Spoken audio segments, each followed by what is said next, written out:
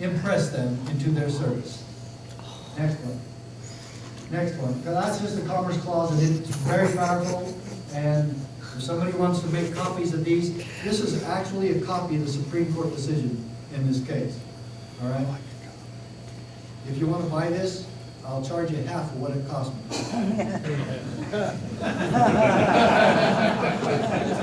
Just so you know, the retail value is $350,000. Okay? Oh, sure, you can make your own copy of Kinko's for $1.80. But I'm just telling you what it cost me. Well, actually, mostly the NRA.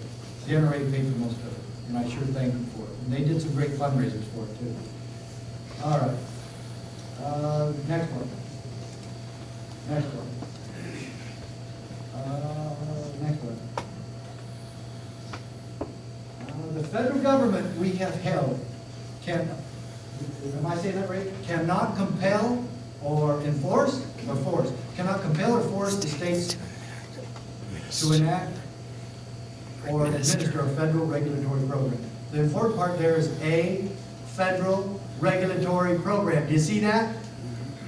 What do you think of when I say a federal regulatory program? Anything come to mind that's kind of on the national news? Like Obamacare, maybe? Can they force Ohio to take it? No. Absolutely not. In no way. And we've got a Supreme Court decision that says it. Besides, we have a Constitution that says the same thing. When was the last time you heard a Republican in Washington say that Obamacare was unconstitutional and we don't have the authority to enact it? Hasn't happened, has it? They need to wake up too. All right, next one. Next one. It is an essential attribute of states' retained sovereignty that they remain independent and autonomous. That's all we're asking for here. You cannot remain independent and autonomous and take orders from the feds, especially when you work by, for, and of the people. That's impossible. You can't do both. You can't serve two masters here. And the people are the rightful master. Next one. Next one. Man, we're really zipping here. Sorry, you also know about this one, though. This is where, what would you do without freedom? Okay, we got that one out of the way. Come back. Next one. Okay, let's see. Next one. Next one. Boy, I'm really zipping on here. Oh, we gotta play this one. I told David.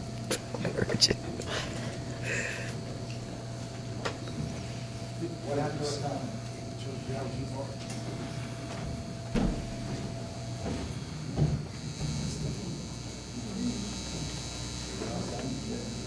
There's no sound there. Yeah, when it comes back on, we're all going to jump out of our seats.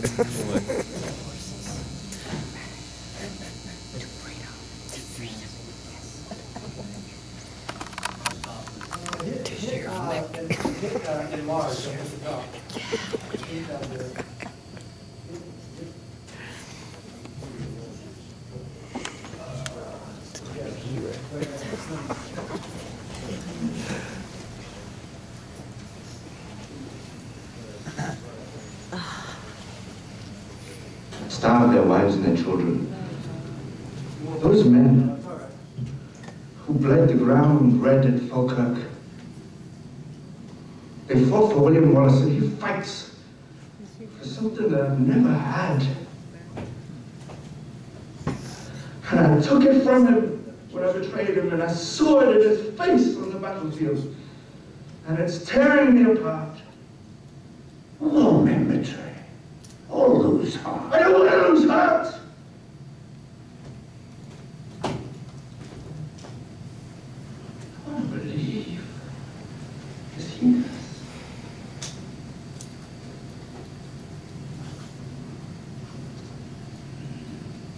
I will never be on the wrong side again.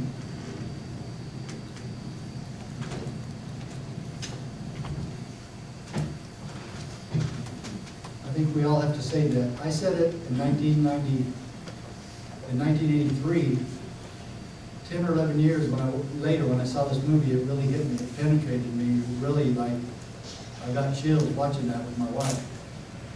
because it's the exact same words I used, said to myself that I would never be on the wrong side again. Every local official in this country is making a choice, whether they like it or not, either through acquiescence or boldness or ignorance or laziness. We'll make a decision as to whose side we're really on.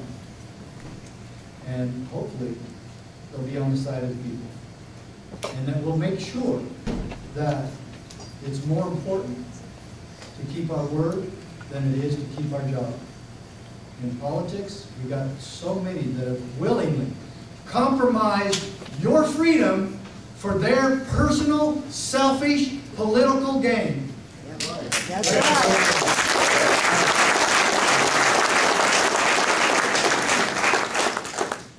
We're going to move along here a little. Oh, wait, no, right there. This was my favorite quote from the whole decision, the one that you see in red there. But the Constitution protects us from our own best intentions. Don't you wish ever, I keep saying that tonight, don't I? Don't you wish all your politicians knew that? But isn't it true? But the Constitution protects us from our own best intentions. It divides power among sovereigns and among branches of government precisely so that we may resist the temptation to concentrate power in one location as an expedient solution to the crisis of the day. A crisis of the day that a lot of times they invent and issue through propaganda schemes that we'll buy into this notion that if we'll just surrender our Constitution for a little while, we'll be a little bit safer after we trust government with those precious freedoms. The God-given freedoms that are most precious, that are almost as life itself. But God gave us life, and God gave us the power to direct that life. And government is the only one getting in the way of that. That's right.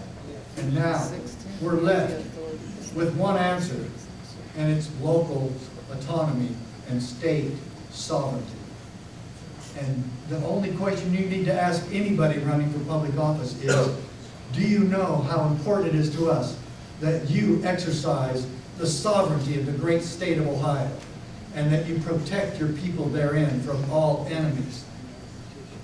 And really, it doesn't matter to you where they come from, if it's Washington, D.C. or street gangs. They're both in competition for your property, for your lives, and everything you own. Yeah. Let's go on. Go on. Hey, hang on that in just a second.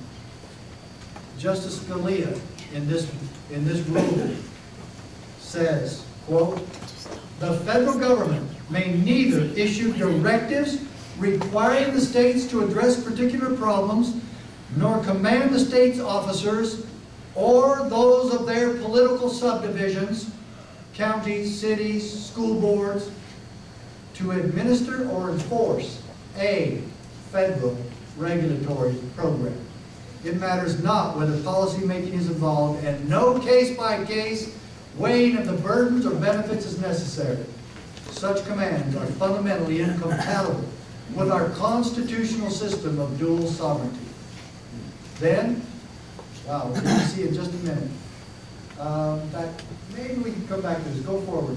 We'll come back to this. Go forward. One more.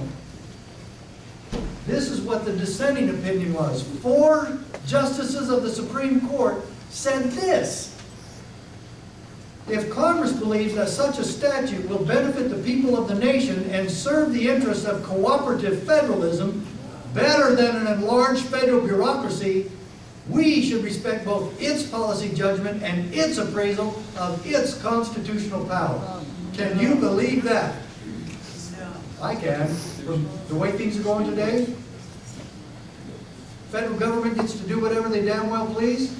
That's just John Paul Stevens and some of the others saying, yeah, they can do whatever they want. What do we care? Folks, this ought to scare you to death. How far have we gone away from our Constitution?